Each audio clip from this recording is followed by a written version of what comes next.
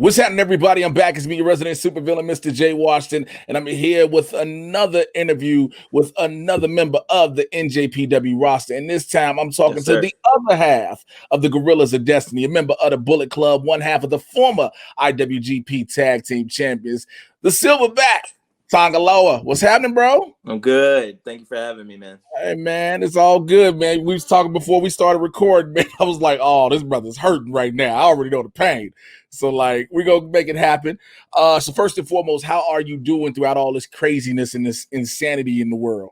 Uh, it yeah, man. I think I'm with everybody else, just writing it out. At first, it was cool just because we hadn't taken the time off in for like about 4 years. So like to have an extra like couple of weeks in my mind, extra couple of weeks, it was awesome. So I decided to go and buy a gun. Bought a shotgun, and then I've never owned a gun ever. And I just decided, you know what? Now's the perfect time to own a I shotgun. mean, you got a point. It's like, why? What other time would you buy? But out of all things, like, man, I'm quarantined, I'm bored. I'm gonna buy a gun. Like, that's just how that process came about. Yeah, basically, yeah. You're just sitting around and like, you're trying to abide by, the rules that they put in. They enforcing, they had curfews and stuff. So I was like, all right, cool. And then once they like shut down the gyms, I was like, okay. And we were working out. Thank God we got some good friends who had like their own little home gym. So I went there. But I mean, that's it. Like you're only going from like A to B and back and forth. And then I was like, I got to do something to just stop the monotony of every day. It was a groundhog every day for about 2-3 weeks there. Man, listen, I was so upset when they closed the gyms. I started doing yoga off YouTube just to Yo, try to I be, should have done that. bro. I started doing yoga off YouTube, and then I'm in a part of this group. We do Sean T's Focus T25 Yeah. workouts. So like it keeps you flexible, your cardio and strength.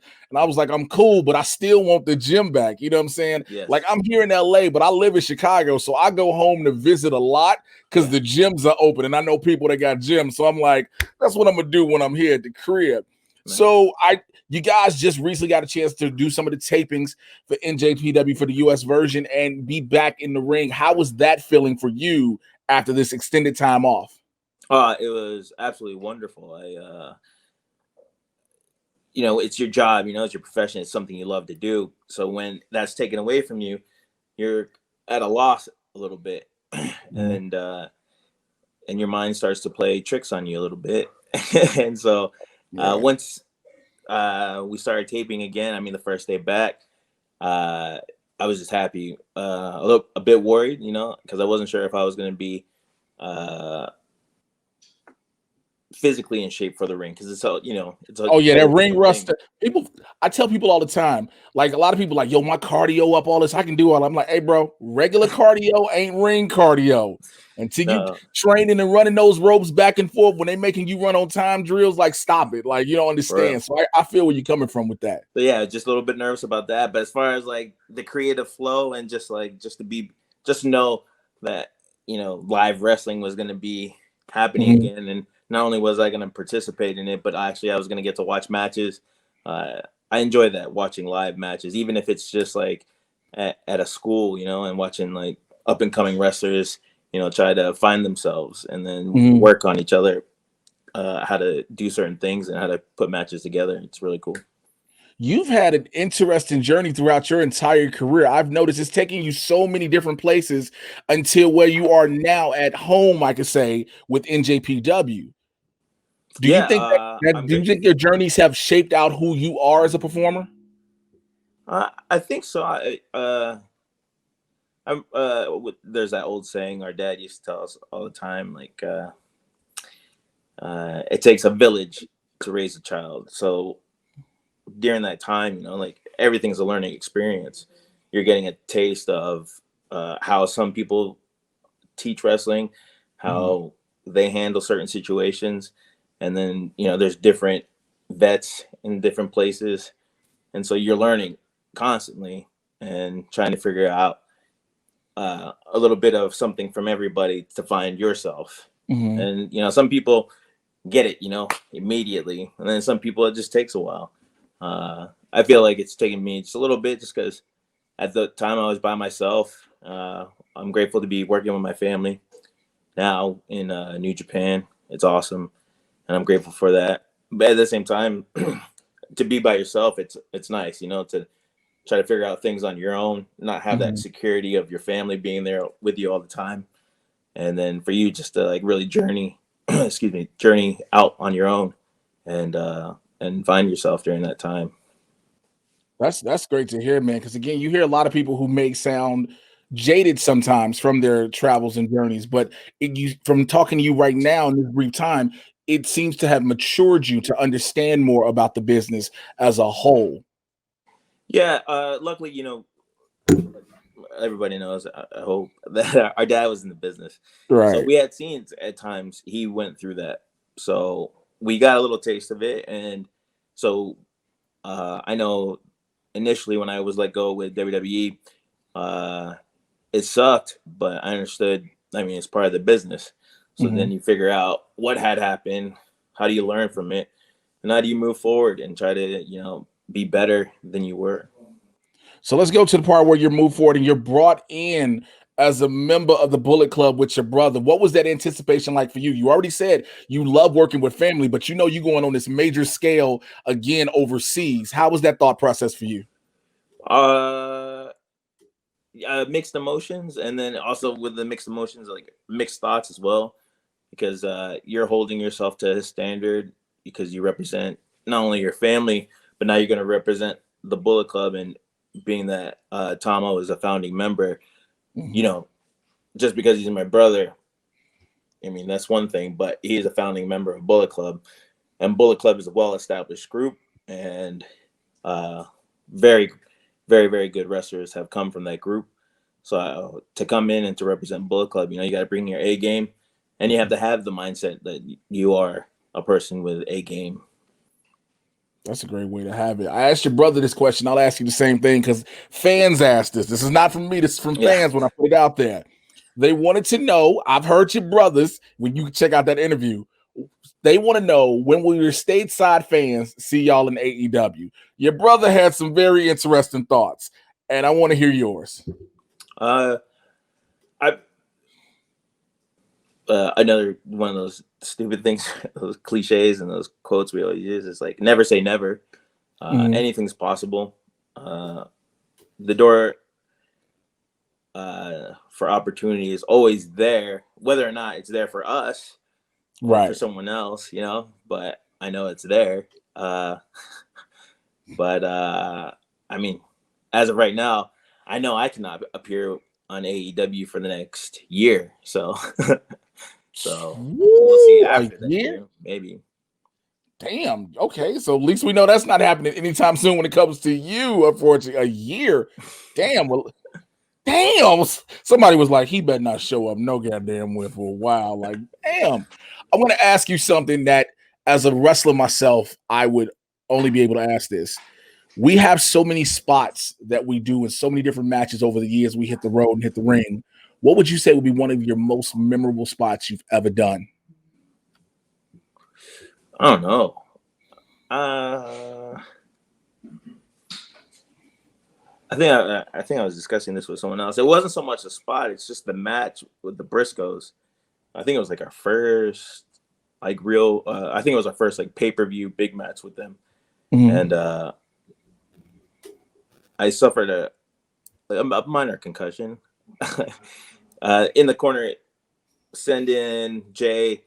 I charge. He puts up the boot, and when I came, I mean, I came full tilt, and you'll see in the shot, like I eat his boot, and then like my legs just give out from underneath me, but then like just like pop back up, and I know for some reason it's my body knows like what we're doing Yeah. next, but then there's this moment or throughout the rest of the match of me yelling at Tama like, "Hey, what's next?" Like, but it's good because like we're a tag team, so it's like, "Hey, what Yeah. do you want to do next? Like, what do you think? Where this and that?"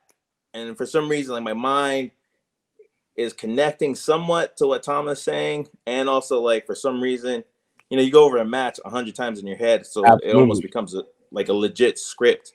So for some reason, like my brain, it knows what to do, like it's telling my body what to do, without me consciously knowing like you're on what we're doing. autopilot. It's like you on Right, autopilot, just floating through. autopilot. Yeah. And like I think there's this one spot where during that match, Doomsday Device, I slide in, catch Tama, bring him back down to save him from like eating the mat, and then we go into something else.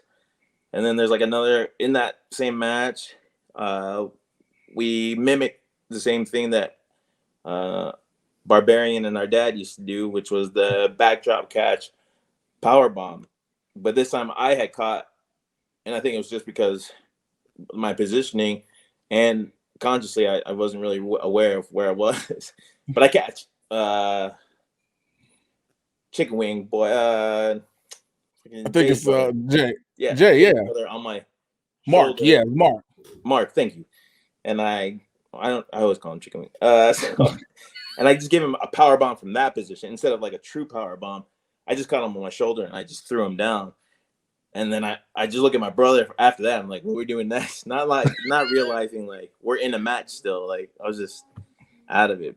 But that match, that entire match is really awesome for the fact that I was able to, like I said, go autopilot and finish that match. Because even when we got to the back, I remember Tom had come to me and I was like in this position looking down. He says something to me and I look up at him and I'm like, oh, hey, we got a match. Whoa. What? He looked at me and he goes, oh my God, you're out of it. You're out of it. Damn, when you like, hey, you ready for this match? I'm like, do you realize we just did all of that? Like, this was live on a pay-per-view. We wasn't taping this. Like, this was live. Wow, man. Yeah. But I think people forget about that one risk. Like sometimes there are guys and girls who are in the ring who get a mild concussion, who go on autopilot, and their bodies just know what to do. And that's also a testament to you being a professional as well, to knowing what to do and to play it off like what's next, and then everybody just thinking you guys talking like you said as a unit. So speaking as the unit, your brother was just eliminated from the singles tournament. Now, what's next for the Guerrillas of Destiny in NJPW? It's a good question. I don't know. We've been watching what's been happening in Japan and how the company has been moving forward, especially in that New Japan Cup. We got to see a lot of the junior weights participating against heavyweights. So I'm guessing, and it's just a guess because, we're here stateside, so we're only watching. We don't know what exactly is going to happen whenever we get there. But I only can assume that they're gonna maybe not have the junior weights anymore and have like a really big open division for both singles and tag team, because there's junior weight tag teams that are just amazing, and they could participate in the heavyweight division. So I mean, the heavyweight division could expand if we get rid of the junior weights and add those guys to the heavyweights, because a lot of those junior weights did well in the New Japan Cup. Yeah, they did again. And New Japan has been flourishing, and I'm loving the fact, like I was telling your brother, that America itself proper gets to see it now more. Instead of just, you had to have the diehard wrestling fans who would follow New Japan. Now more people are able to follow it now, and it's opening the visibility for a lot of guys who never had that before. And so it's definitely appreciated. But listen, I know you've had a hell of a day. You've been going through it. I'm gonna let you get up out of here. But before I let you go, tell the people how they can get in touch with you. I'm on social media. So yeah, I'm on Instagram, I'm on Twitter, and on Facebook. I think I'm pretty sure it's all under Tanga Loa NJPW. And then you can find my merch on prowrestlingtees.com/Tanga Loa on there as well. And shout out to everybody who were on that sale. And I was able to provide 3 pairs of sneakers for 3 cool people, and hopefully I get to do another giveaway. So yeah. Hey man, that's what it's all about, giving when you have the opportunity to, and that shows your heart as well as anything else. But look, Tanga Loa, I appreciate you, bro. Go take some aspirin and anything you can. Lay yourself down, bro. Get you some rest. We'll holler at y'all later. Take care, man. Go get some rest and get out of here. Man. Thank you for having me. I appreciate it. No doubt, brother.